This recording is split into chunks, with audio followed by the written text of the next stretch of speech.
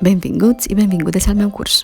Abans de començar, volia donar-vos les gràcies per confiar en les meves estratègies i en la meva manera d'explicar.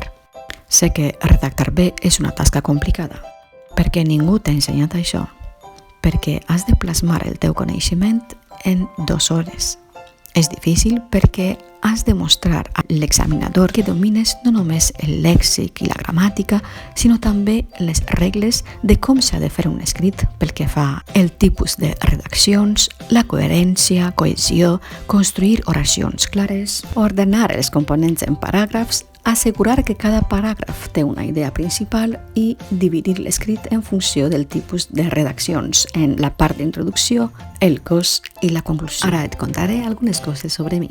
En 2019 vaig estar en el mateix lloc on estàs tu. Necessitava tindre el C1 de valencià per a poder opositar, però era un repte gran perquè mai he tingut l'interès d'aprendre el valencià i, a més, soc estrangera. No obstant, una companya de treball em va fer un comentari que va tindre un gran impacte en mi. Ella va confiar plenament en les meves habilitats lingüístiques perquè li va encisar el meu treball com a professora d'anglès. Era impactant veure com la gent confiava en mi més que jo mateixa, així que vaig emprendre el meu propi camí. Durant més de 6 mesos vaig estudiar 6 hores diàries i a poc vaig desenvolupar progressivament el coneixement de la llengua. Vaig fer tots els possibles per treballar de valent no només en dominar la llengua, sinó també en trencar les creences limitants. Sé que tot això és una trajectòria pesada i requereix un gran esforç, però depèn de tu aconseguir-la solit.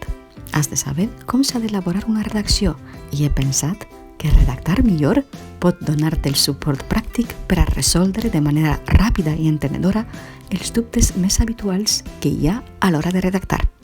En aquest minicurs t'explique mitjançant 3 vídeos i un dossier de 112 pàgines totes les meves estratègies, però per descomptat, tu tens l'última paraula.